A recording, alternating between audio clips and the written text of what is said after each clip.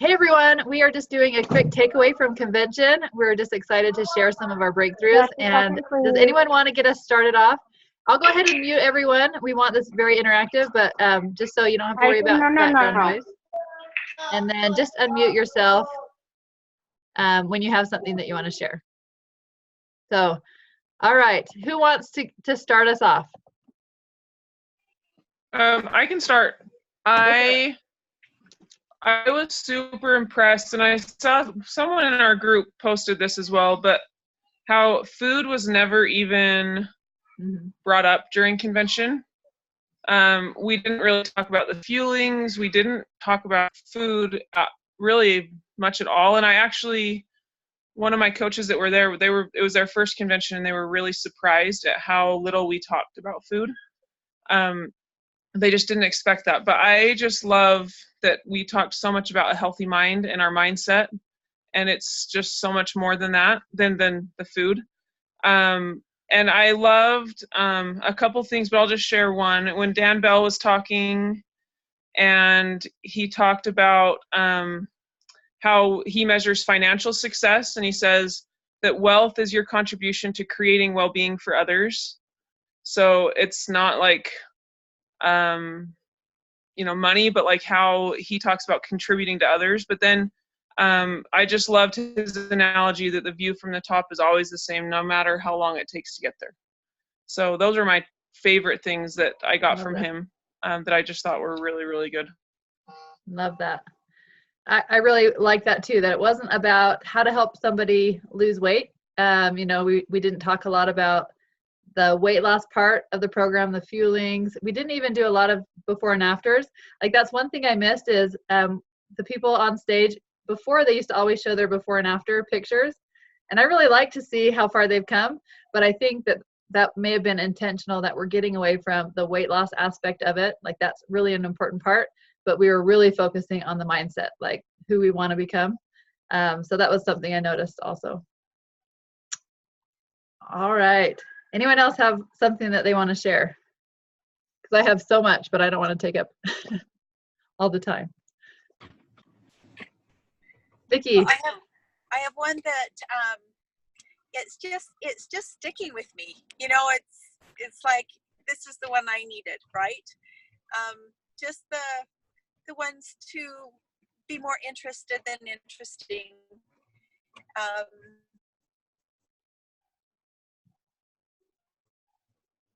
Just using the listening skills and stopping. I loved Jamil's presentation at the very end, and I'm glad that you recorded it, Liz, because I think that's what was really speaking to me this time. I just need to stop and listen and allow people to and ask more questions, not get off a check-in call or any of those things without asking some questions about them, letting it be about them. And that was I needed that reminder, I think. And like I said, I'm really glad that you recorded the one with Jamil, because I've listened to it a few times already, and it's good. So thank you.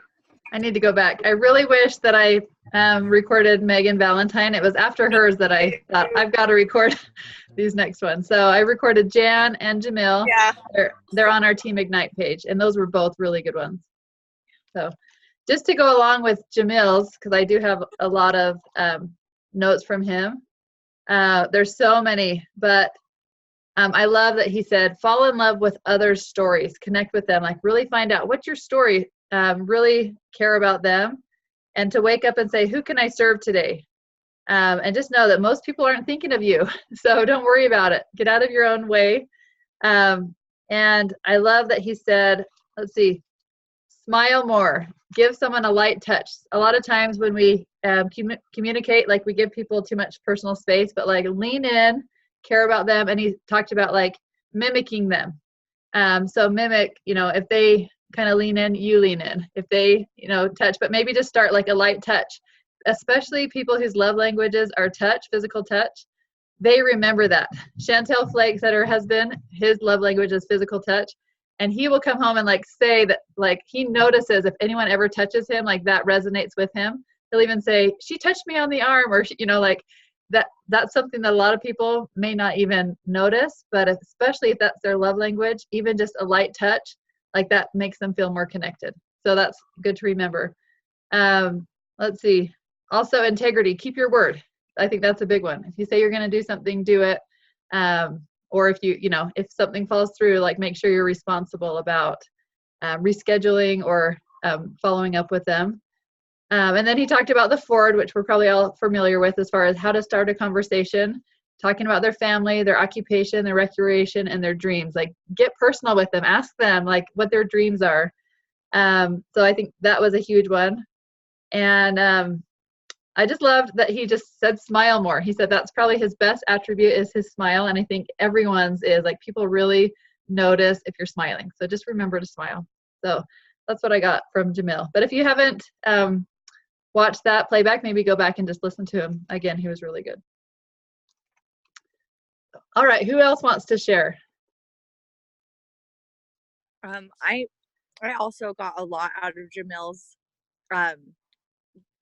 I'm so glad you recorded it, Liz, because I'm planning on teaching it to all my students, and I've got to go back and watch it and get some PowerPoint pictures. So I'm glad you did that.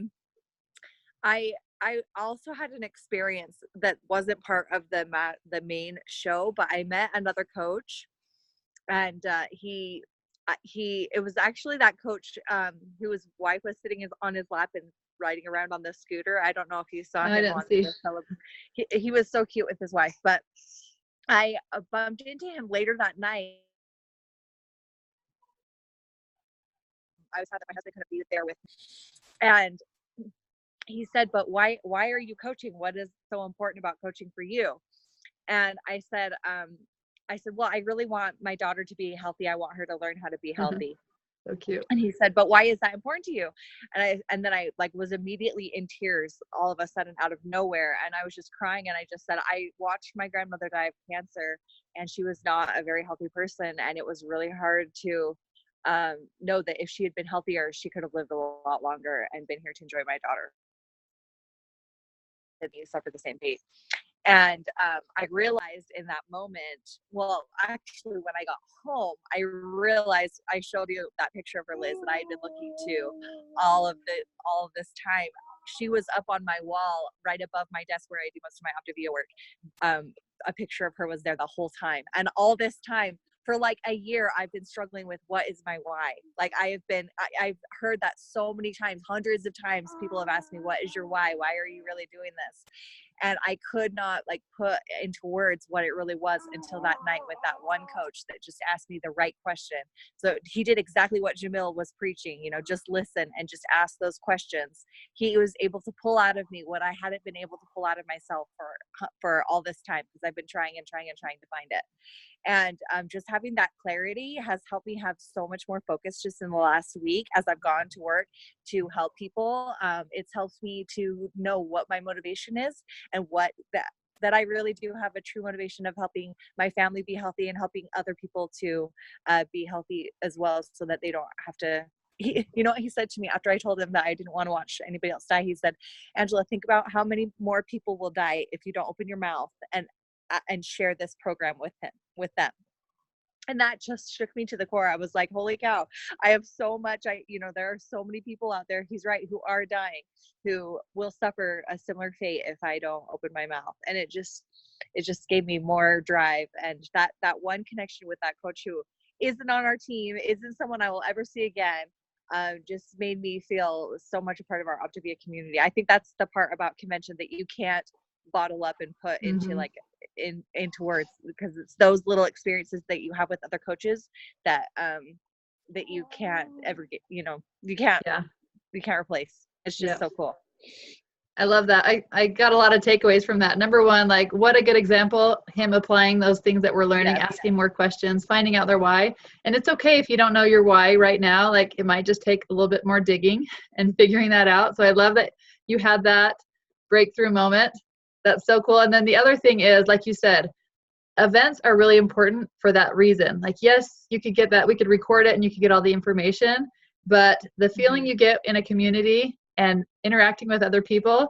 So that's one thing that I will challenge everyone. The next event you go to, it's so easy to go sit by someone you know that you're comfortable with, but get out of your shell and just go sit by somebody you don't know and practice asking questions and learning about them, and they'll probably do the same. Like that's why I love like rooming with other coaches, like just getting to know them more. You learn so much. So just that interaction. So I love that. And then Angela, you have a snow shovel behind you. You got to put that away. It's making me sad. I know. Winter's on its way. I'm thinking I have the same thing. I'm like, no, I don't want winter to be coming. I want summer to last forever. I'm sorry. All right. Thanks for sharing. All right. Anyone else have any takeaways? Yeah, I'll share something, Thanks, Liz. Trudy. Yeah, how are you guys, by the way? Good. Good. I think one thing that I really liked is the fact, and I need to work on this, is just being you all the time and feeling like you're you on the inside all the time, because sometimes I don't feel that way. I feel like I have to be different people in different places, and I just want to learn to be me all the time, you know. So I think doing that 1% better every day, doing some personal growth for yourself, listening to some more good books, you know, all those things that a lot of you do all the time, but I haven't ever had time to do. I'm really excited to do that and just live out loud and help other people. It's like Angela was saying, you know, somebody said to me once, if you saw a really good deal at Target, would you keep it to yourself or would you want to share it with all of your friends, you know, and family? And it kind of comes down to that. Yeah, why would we want to keep all that a secret? So sharing this and helping everybody to get good health is awesome. Yes. You know, so I'll do that. I love that. I love that you're on also. But I agree with you. When there is a good deal, I had a friend call me like at 10 o'clock at night one time. And she's like, I'm at Walmart and bananas are 10 cents a pound. You got to get down here. Like something so dumb as bananas. Or another friend, one time Payless was having this huge sale back when Payless Shoes was open. And it was this huge sale, and she was like calling all of her friends, hey, you got to get down here. There's this, shoes are like $3. You got to get down. She was calling everyone. It's the same thing, but this is like your life. You know, who do you want to share that with, that excitement? So just remembering, you know, share this with everyone. It's good news to spread. But also branding yourself. I love this shirt you have on. Hey, Grace, can you go out and touch this? I love the shirt that you have on. Kindness counts. Like, just remember, you're branding yourself and how you act. Hey, sorry, just a second.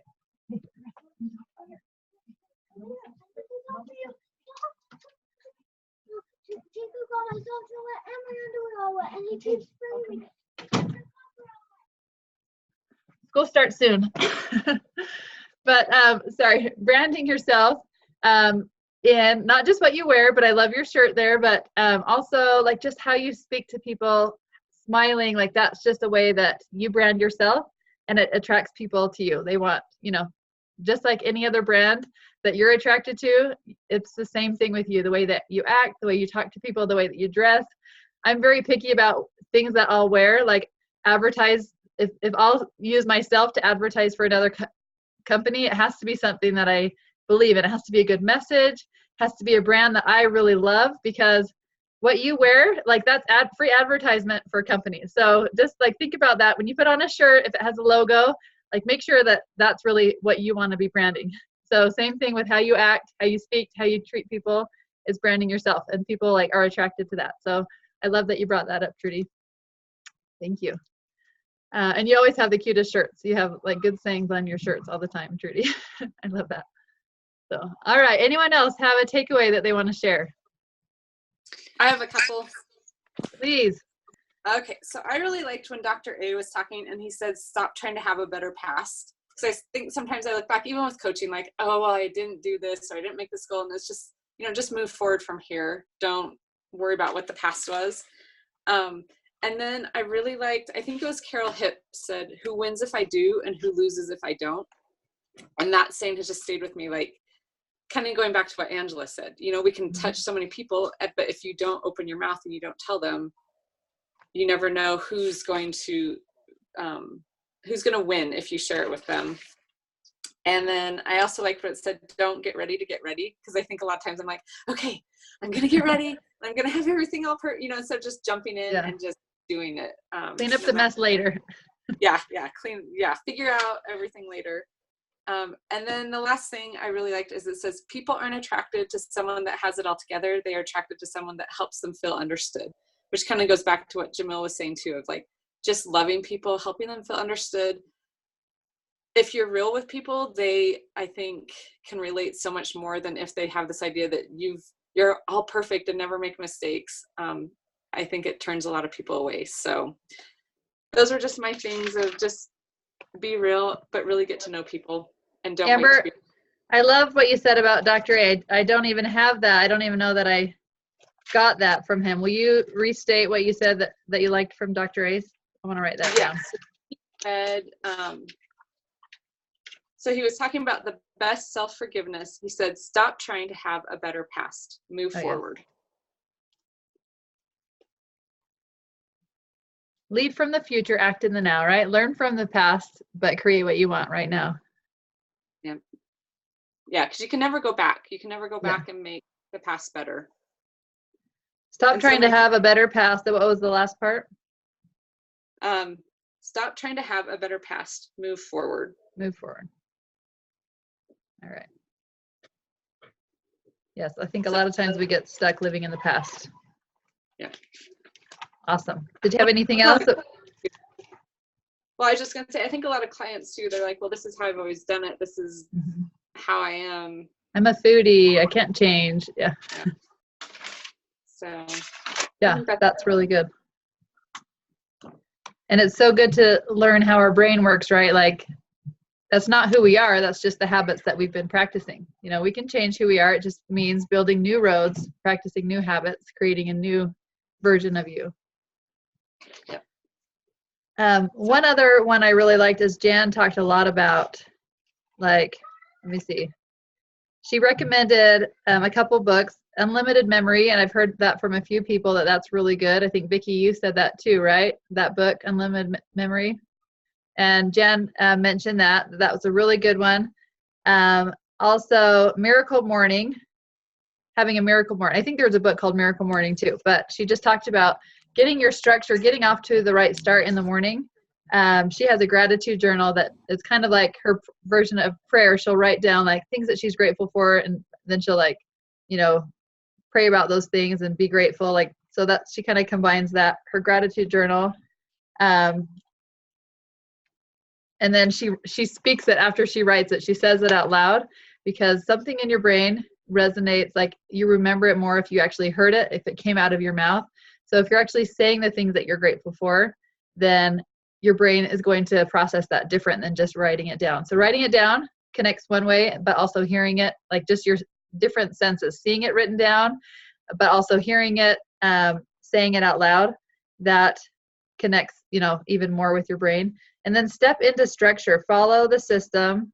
And that's one thing I really have a hard time with, is staying in like a routine, a structure. So that's one thing I'm really going to work on, is getting into a better routine, starting that miracle morning, like that, those things in the morning that is going to get the day started off right. That's one thing that I really liked. So, all right. Anyone else have anything else they want to share? With Jan, oh, I'll let you go. I'll go ahead, Cheryl. I'll jump in later if we need it. Okay, I'll go real fast because my kids are quiet for the moment. I was just gonna say that it's kind of, several people said it. A theme that I saw that always kind of stands out to me is them talking about, who was it? Somebody, it might have been Dr. A, who said, you know, it's not what you do that matters, not what you think of, or it's what you do that matters, not what you think about yourself. Stop using your emotions to guide your actions. And then with that, someone later, I don't remember who, Dan Valentine maybe? I don't know. Anyways, somebody, Megan Valentine said, what you need to become a leader is the ability and grit to do it when you don't feel like it. And, you know, for me, that, you know, it's so true. Like, somebody else said, you know, don't, you know, what we should do instead of like feeling our way into action is acting our way into feeling. So it's too easy to fall into the trap of, I don't feel like doing this today, or that's scary. I think I'll maybe just do something else instead. I fall into that one. Anyways, and really, another thing that they said was competence builds confidence. You have to get into action and do the do. So, show up for ourselves, for our clients, for our business, and, do it. And that's when we'll start to feel it. And it's the action, getting into action, that will help to create that within ourselves, but also will make the biggest difference. I've been listening to podcasts lately that talk about, pushing past fear and, doing it anyway, having a better. What podcast is it, Cheryl? Oh, Brooke Castillo I had love one her. on failure tolerance just recently. She's But good. yeah, just it's okay. Like we, pick ourselves back up again and keep on going. Don't let a failure or a perceived failure, or even she talked about sometimes we don't get into action at all because we think that we're going to fail, or we're afraid of failure. So we just are immobile, and that's, a choice in and of itself. And so, just get out there, do it. And that's how we gain the competence, and that's how we learn. And if we're, seeking out the failures, it's because we're, that's how we are seeking out the growth to, overcome and get better. So I felt like that was a big theme kind of throughout with the speakers too. And that kind of resonated with me. Yeah. Kind of like fail your way to success, right? Yep. Just like a toddler does when they fall down when they're learning to walk, they get right back up. They don't sit and cry about it. They get back up and they keep trying. And I liked when she was talking about grit, the hashtag DIA, do it anyways, when you don't feel like it. Awesome. Thank you. The one I wanted just to jump in there with just a little bit with Jan was writing down the 50 things that she wanted to Yes. accomplish. And that one, it's been huge, and it's been interesting that I have a hard time doing more than like 7, I wrote them down. I'm thinking 50, okay, come on, and so that was a good challenge. And then whether you wanted to do it in a year or 5 years or, or 10, it was, that was very challenging. And I'm glad that was a good one. That was a good one too. Yeah. I So just actually kind of- went home and did that with my husband. Really, I was like, we need to do this. So we started writing. We both got to around 27. We didn't quite make it to 50, but we both had 27 things that we wanted to accomplish. So together that's 50 things. And I thought we can do this again in 10 years and reassess what we want to accomplish. But it was a big list. There was a lot of dreams on there that I can't wait to get on a vision board. I've been wanting to make one of those for a long time too. I haven't done that yet either. Yeah, that's good. One thing, I was doing that too, and I realized, it's not like your dream board of big things to accomplish or buy or whatever. It could just be things that you want to get done. Organize this closet that's been bugging me. Like it could be little things, like kind of your to-do list. Weed the garden finally. Like that could be within a year. I'm going to weed that garden. So it doesn't have to be retire or buy a new car. It could just be little things that have been on your mind that you want to accomplish that you keep putting off. And then I think she said 1 year, 3 year, 5 year, and you could even throw in 10 year, long-term things, and then categorize that by when you want that done. But don't feel like it has to be those big, like places you want to travel. It could just be things that will bring you a little bit more joy in your life. Clean out that pantry. I just did yesterday. That's been bugging me for like 4 months that I need to clean out the pantry. Like little things like that. When you write it down, you can like check it off. So I love that idea. All right. Anyone else want to share? We just have a couple more minutes. Okay. So somebody had mentioned like secrets to success, but Jan said, if you want a secret to success, be perfect and not quitting. And then I think it was the next speaker, but anyway, it's losing is temporary, but giving up is permanent. And so I really like those. And in fact, several weeks ago, when we had the rank ups, there was someone that shared a story, and it really just stuck with me that there was a young girl that was doing gymnastics, and she had a really, really hard day, and she came home and I just want to quit. And her mom goes, okay, you can quit. But you can't quit today. You have to quit on your very best day. And so she kept going, and she came home and she had won this award, this competition, and she was super excited. And her mom goes, okay, are you ready to quit today? And the girl's like, well, no.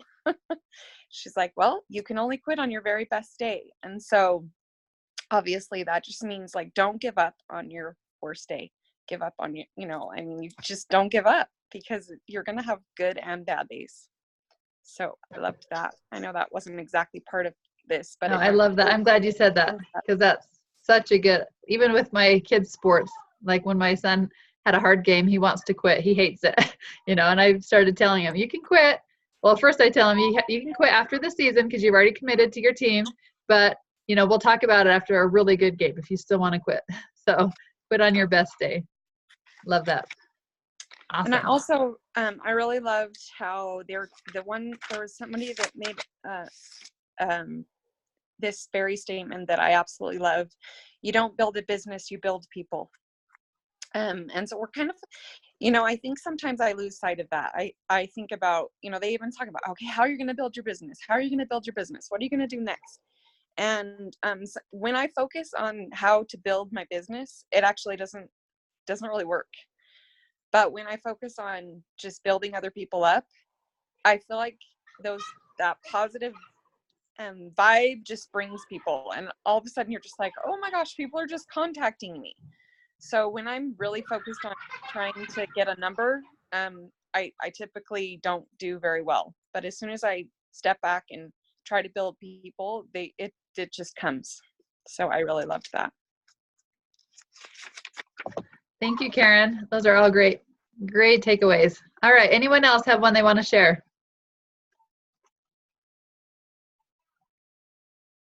I can share another one. All right.